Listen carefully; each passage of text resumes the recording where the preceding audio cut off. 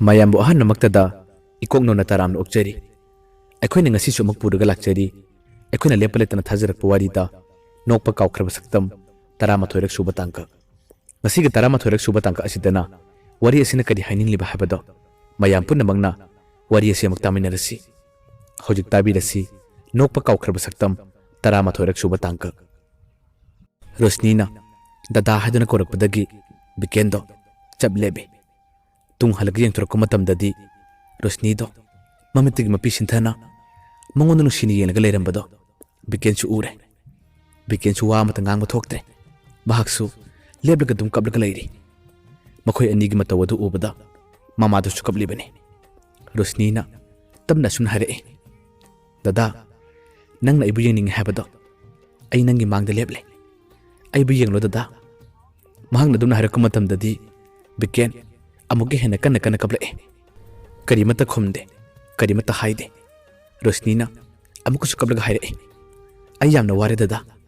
hanaki mapok asida aina phangliba awaba chikarino ai lepham khangdre asu waba polum amana ai gi kokthak asida thangalaga leire ai bu hatpira mu dada nahang na imang de lebli ngai mikop asida ai bana khut pen hatpira mu ai hiningdre ai hinglubi karimata kanadre ai hiningdre dada asumna hairaduna rosni kana kabla leire bikensu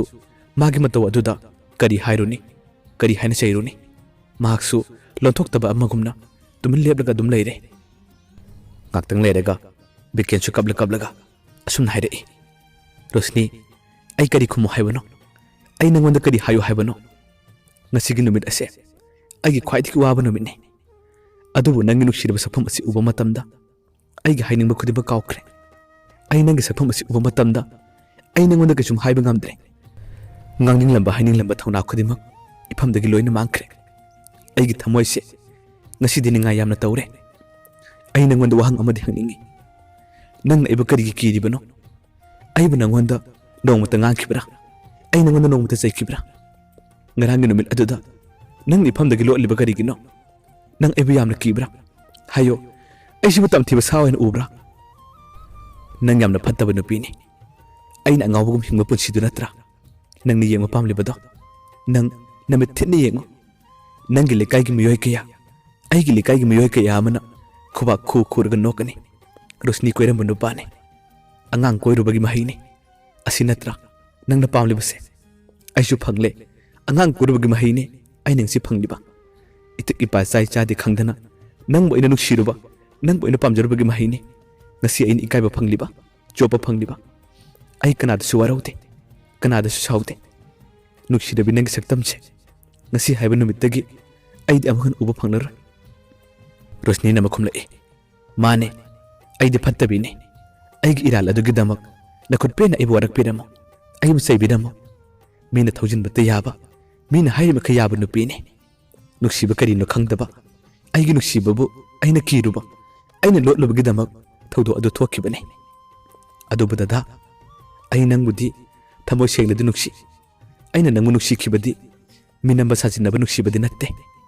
bekendo khara sauna mukhum le yare tokla ai karimata taningdre nangna hajinba nangi seminsan do haisingado ai karimata taningdre nangdu nungaina palo nagok phaw chiktabo oyo nungai yai phaba punsi mahing amada hingo ai gumba mana wakhiba ai gumba mana ningma kai khibabu kaidowi haibage ngasigi numisigi matungdagidi aidi mausagi biken oiraroi angawbagi pusi haibase yamna nungai haine ai ngawrag chaninge ai angawbo oininge thungbu khudingmak ai gi yum oininge hayengi numittagi ai akhoi khundasu leiraroi thungbu khudingmak to ai gi yum oiraga dabane nang nungai hingawro wahaye du tabada rosni mama do pakhatpno loire mahna tamna sun hare ebungo nang aduguma tawgano aduguma phataba wakhal du khangano nang dina tomtane karigum nangna phaturunga thokiba tarabadi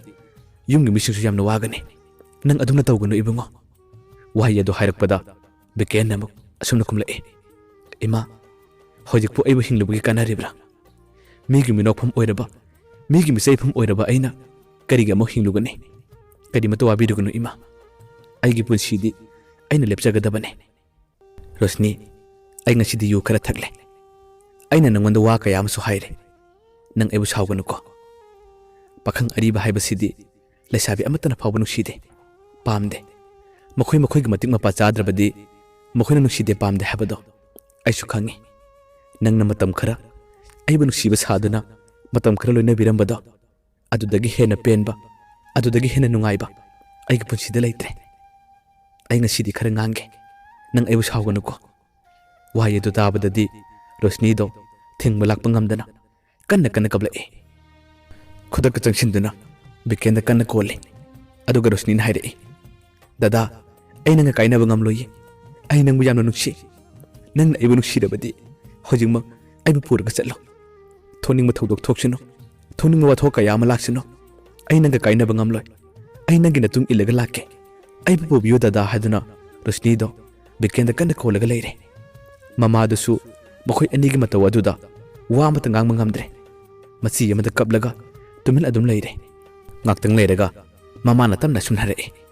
ꯏꯕꯨꯡꯉꯣ ꯅꯪ ꯏꯆꯥꯅꯨꯄꯤ ꯄꯨꯔꯒ ꯆꯠꯈ꯭ꯔꯣ ꯏꯆꯥꯅꯨꯄꯤꯒꯤ ꯃꯇꯧꯁꯦ ꯑꯩ ꯌꯦꯡꯕ ꯉꯝꯗ꯭ꯔꯦ ꯅꯈꯣꯏ ꯑꯅꯤ ꯀꯥꯏꯅꯕꯁꯨ ꯑꯩꯅ ꯄꯥꯝꯗꯦ ꯆꯠꯂꯣ ꯍꯧꯖꯤꯛ ꯅꯨꯃꯤꯗꯥꯡ ꯑꯁꯤꯗ ꯅꯪ ꯏꯆꯥꯅꯨꯄꯤ ꯄꯨꯔꯒ ꯆꯠꯈ꯭ꯔꯣ ꯅꯨꯃꯤꯠꯁꯤꯒꯤ ꯃꯇꯨꯡꯗꯒꯤ ꯊꯣꯛꯅꯤꯡꯕ ꯋꯥꯊꯣꯛ ꯀꯌꯥ ꯑꯃ ꯊꯣꯛꯁꯅꯨ ꯑꯩꯅ ꯄꯨꯟꯅ ꯃꯥꯌꯣꯛꯅꯔꯒꯦ ꯑꯩ ꯄꯨꯟꯅ ꯊꯦꯡꯅꯔꯒꯦ ꯏꯕꯨꯡꯉꯣ ꯅꯪ ꯏꯆꯥꯅꯨꯄꯤ ꯄꯨꯔꯒ ꯆꯠꯈ꯭ꯔꯣ ꯍꯥꯏꯗꯨꯅ ꯃꯃꯥꯗꯨꯅ ꯍꯥꯏꯔꯛꯏ ꯕꯤꯀꯦꯟ ꯀꯔꯤꯃꯠꯇ ꯈꯨꯝꯗꯦ ꯃꯍꯥꯛꯁꯨ ꯔꯣꯁꯅꯤꯕꯨ ꯅꯨꯡꯁꯤꯔꯤꯕꯅꯤ ꯀꯥꯏꯅꯕ ꯄꯥꯝꯗ꯭ꯔꯤꯕꯅꯤ ꯕꯤꯀꯦꯟꯅ ꯇꯞꯅ ꯔꯣꯁꯅꯤꯗ ꯌꯦꯡꯂꯒ ꯑꯁꯨꯝ ꯍꯥꯏꯔꯛꯏ ꯔꯣꯁꯅꯤ ꯅꯪ ꯑꯩꯒꯤ ꯇꯨꯡ ꯏꯜꯂꯒ ꯂꯥꯛꯄ ꯉꯝꯒꯗ꯭ꯔꯥ ꯔꯣꯁꯅꯤꯅ ꯇꯞꯅ ꯈꯨꯝꯂꯛꯏ ꯉꯝꯒꯅꯤ ꯗꯗꯥ ꯑꯩ ꯅꯪꯒ ꯀꯥꯏꯅꯕ ꯉꯝꯂꯣꯏ ꯑꯩ ꯅꯪꯒ ꯀꯥꯏꯅꯕ ꯄꯥꯝꯗꯦ ꯑꯩꯕꯨ ꯄꯨꯕꯤꯔꯣ ꯑꯁꯨꯝꯅ ꯍꯥꯏꯔꯛꯄꯗꯒꯤ ꯕꯤꯀꯦꯟꯁꯨ ꯈꯨꯗꯛꯇ ꯔꯣꯁꯅꯤꯕꯨ ꯄꯨꯒꯦ ꯇꯧꯏ ꯕꯤꯀꯦꯟꯅ ꯆꯠꯂꯝꯗꯥꯏꯗ ꯑꯁꯨꯝ ꯍꯥꯏꯔꯛꯏ ꯏꯃꯥ ꯑꯩ ꯔꯣꯁꯅꯤ ꯄꯨꯔꯒ ꯆꯠꯈ꯭ꯔꯒꯦ ꯃꯃꯥꯅ ꯍꯥꯏꯔꯛꯏ ꯐꯔꯦ ꯏꯕꯨꯡꯉꯣ ꯈꯔ ꯊꯨꯅ ꯆꯠꯈ꯭ꯔꯣ ꯊꯧꯗꯣꯛꯁꯤꯡ ꯑꯗꯣ ꯑꯩꯅ ꯄꯨꯟꯅ ꯃꯥꯌꯣꯛꯅꯍꯧꯔꯒꯦ ꯃꯇꯧ ꯑꯁꯨꯝꯅ ꯂꯩꯔꯤꯉꯩ ꯃꯤꯀꯨꯞ ꯑꯁꯤꯗ ꯕꯤꯀꯦꯟꯒꯤ ꯃꯃꯥꯒ ꯃꯄꯥꯒꯗꯣ ꯌꯥꯝꯅ ꯊꯨꯅ ꯔꯣꯁꯅꯤ ꯈꯣꯏꯒꯤ ꯌꯨꯝꯗ ꯄꯔꯞ ꯆꯪꯂꯛꯏ ꯃꯈꯣꯏ ꯑꯍꯨꯝꯅ ꯂꯩꯔꯤꯕꯗꯣ ꯃꯃꯥꯒ ꯃꯄꯥꯒꯁꯨ ꯎꯔꯦ ꯃꯇꯧ ꯑꯗꯨ ꯎꯕꯗꯒꯤ ꯃꯄꯥꯅ ꯄꯔꯞ ꯆꯪꯁꯤꯜꯂꯗꯨꯅ ꯃꯆꯥꯅꯨꯄꯥꯗ ꯍꯥꯏꯔꯦ ꯏꯕꯨꯡꯉꯣ ꯅꯪ ꯑꯁꯤꯗ ꯀꯩꯗꯧꯔꯤꯕꯅꯣ ꯑꯇꯣꯞꯄ ꯃꯤꯁꯤꯡꯅ ꯎꯈ꯭ꯔꯕꯗꯤ ꯅꯪ ꯁꯣꯏꯗꯅ ꯐꯨꯕꯤꯔꯒꯅꯤ ꯅꯪ ꯆꯩ ꯆꯥꯕ ꯇꯥꯔꯦ ꯂꯥꯛꯑꯣ ꯌꯨꯝꯗ ꯆꯠꯂꯁꯤ ꯏꯕꯨꯡꯉꯣ ꯔꯣꯁꯅꯤꯒꯤ ꯃꯃꯥꯗ ꯑꯃꯨꯛ ꯃꯄꯥꯅ ꯐꯖꯅ ꯍꯥꯏꯖꯔꯦ ꯏꯕꯦꯝꯃ ꯏꯆꯥꯅꯨꯄꯥꯒꯤ ꯃꯇꯧ ꯑꯁꯦ ꯅꯈꯣꯏ ꯁꯥꯎꯕꯤꯒꯅꯨꯀꯣ ꯂꯥꯟꯅ ꯂꯧꯕꯤꯒꯅꯨ ꯏꯆꯥꯅꯨꯄꯥꯁꯤ ꯉꯥꯎꯔꯕꯅꯦ ꯅꯨꯄꯤ ꯃꯆꯥꯁꯤꯒꯤ ꯍꯥꯛꯇꯛꯇ ꯃꯍꯥꯛ ꯇꯁꯦꯡꯅ ꯉꯥꯎꯔꯕꯅꯦ ꯏꯆꯥꯅꯨꯄꯥꯕꯨ ꯁꯥꯎꯕꯤꯒꯅꯨꯀꯣ ꯍꯥꯏꯗꯨꯅ ꯃꯄꯥꯗꯨꯅ ꯃꯈꯨꯠ ꯂꯣꯟꯂꯒ ꯍꯥꯏꯔꯛꯏ ꯁꯥꯔꯤꯕ ꯋꯥꯔꯤꯁꯤꯡ ꯑꯗꯨꯗꯤ ꯕꯤꯀꯦꯟꯒꯤ ꯃꯃꯥꯒ ꯃꯄꯥꯒꯗꯤ ꯀꯔꯤꯃꯠꯇ ꯈꯪꯗꯕꯅ ꯃꯈꯣꯏꯗꯤ ꯄꯥꯈꯠꯄꯅ ꯂꯣꯏꯔꯕꯅꯤ ꯃꯆꯥꯅꯨꯄꯥꯕꯨ ꯃꯈꯨꯠꯇ ꯄꯥꯏꯔꯒ ꯆꯤꯡꯏ ꯏꯕꯨꯡꯉꯣ ꯂꯥꯛꯑꯣ ꯌꯨꯝꯗ ꯆꯠꯂꯁꯤ ꯑꯇꯣꯞꯄ ꯃꯤꯅ ꯎꯈ꯭ꯔꯕꯗꯤ ꯅꯪ ꯁꯣꯏꯗꯅ ꯆꯩꯕꯤꯔꯒꯅꯤ ꯑꯩꯈꯣꯏ ꯊꯣꯡꯒꯥꯟꯗ ꯒꯥꯔꯤ ꯈꯥꯝꯂꯒ ꯂꯩꯍꯧꯕꯅꯤ ꯅꯪꯒꯤ ꯃꯔꯨꯞ ꯑꯃꯅꯤꯁꯨ ꯌꯥꯎꯔꯛꯄꯅꯤ ꯂꯥꯛꯑꯣ ꯅꯪꯒꯤ ꯒꯥꯔꯤ ꯑꯁꯦ ꯅꯪꯒꯤ ꯅꯃꯥꯟꯅꯕ ꯑꯃꯗ ꯊꯧꯍꯜꯂꯣ ꯌꯨꯝꯗ ꯆꯠꯂꯁꯤ ꯂꯥꯎ ꯍꯥꯏꯗꯨꯅ ꯃꯄꯥꯗꯨꯅ ꯀꯟꯅ ꯆꯤꯡꯏ ꯕꯤꯀꯦꯟ ꯀꯔꯤꯃꯠꯇ ꯈꯨꯝꯗꯦ ꯔꯣꯁꯅꯤꯗ ꯃꯨꯟꯅ ꯌꯦꯡꯏ ꯃꯃꯥꯗꯁꯨ ꯌꯦꯡꯏ ꯃꯄꯥꯗ ꯀꯔꯤ ꯍꯥꯏꯅ ꯍꯥꯏꯔꯨꯅꯤ ꯔꯣꯁꯅꯤ ꯄꯨꯔꯛꯀꯦ ꯍꯥꯏꯒꯗꯧꯔꯤꯕꯔꯥ ꯑꯁꯨꯝꯅ ꯂꯩꯔꯤꯉꯩ ꯃꯤꯀꯨꯞ ꯑꯁꯤꯗ ꯌꯨꯝꯊꯪꯅꯕ ꯃꯤ ꯑꯃꯅ ꯃꯉꯣꯟꯗ ꯃꯤ ꯈꯔ ꯇꯤꯟꯕꯗꯨ ꯎꯕꯗꯒꯤ ꯑꯁꯨꯝꯅ ꯀꯧꯔꯛꯏ ꯏꯗꯣꯝꯆꯥ ꯀꯩꯗꯧꯕ ꯌꯥꯎꯔꯒꯦ ꯃꯉꯣꯟꯗ ꯃꯤ ꯈꯔ ꯇꯤꯜꯂꯤꯗꯨꯕꯣ ꯔꯣꯁꯅꯤ ꯃꯃꯥꯗꯣ ꯑꯁꯨꯝꯅ ꯊꯪꯅꯕ ꯃꯤꯅ ꯀꯧꯔꯛꯄꯗꯒꯤ ꯄꯥꯈꯠꯄꯅ ꯂꯣꯏꯔꯦ ꯃꯍꯥꯛꯅ ꯇꯞꯅ ꯑꯁꯨꯝꯅ ꯈꯨꯝꯂꯛꯏ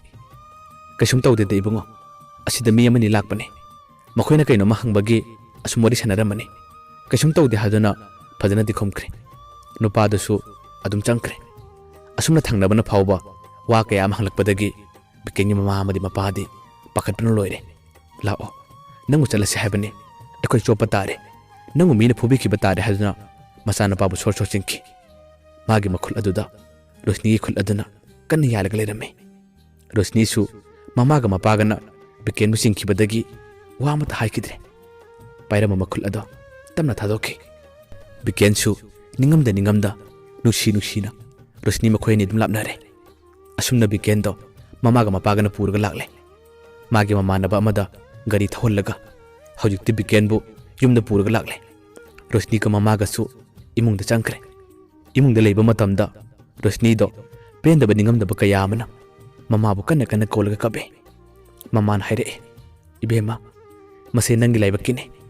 ꯀꯔꯤꯃꯠꯇ ꯅꯨꯡꯉꯥꯏꯇꯕ ꯇꯧꯒꯅꯨ ꯉꯁꯤꯒꯤ ꯅꯨꯃꯤꯠꯁꯤꯒꯤ ꯃꯇꯨꯡꯗꯒꯤ ꯀꯔꯤ ꯊꯣꯛꯀꯅꯤ ꯍꯥꯏꯕꯗꯣ ꯏꯃꯥꯁꯨ ꯈꯪꯗ꯭ꯔꯦ ꯅꯪꯅ ꯃꯤꯒꯤ ꯃꯌꯨꯝꯗ ꯅꯤꯡꯕ ꯀꯥꯏꯅ ꯅꯃꯤꯠꯇꯒꯤ ꯅꯄꯤ ꯇꯥꯅ ꯂꯦꯟꯕꯗꯣ ꯑꯩꯁꯨ ꯌꯦꯡꯕ ꯄꯥꯝꯗꯦ ꯀꯔꯤꯒꯨꯝꯕ ꯅꯪꯒꯤ ꯗꯗꯥ ꯕꯤꯀꯦꯟꯅ Nangina nakta ngasi nongmani nisida kariguma lakpa tarabadi nang magi matung ilaga chatlo aina matam khudimakta magi dama oirabadi thong launa hangduna thamli ibema nupa mayumdagi tawningma kes kaya ma toraksunu imana punna mayonagani asumna hairaduna masanupi bu themjille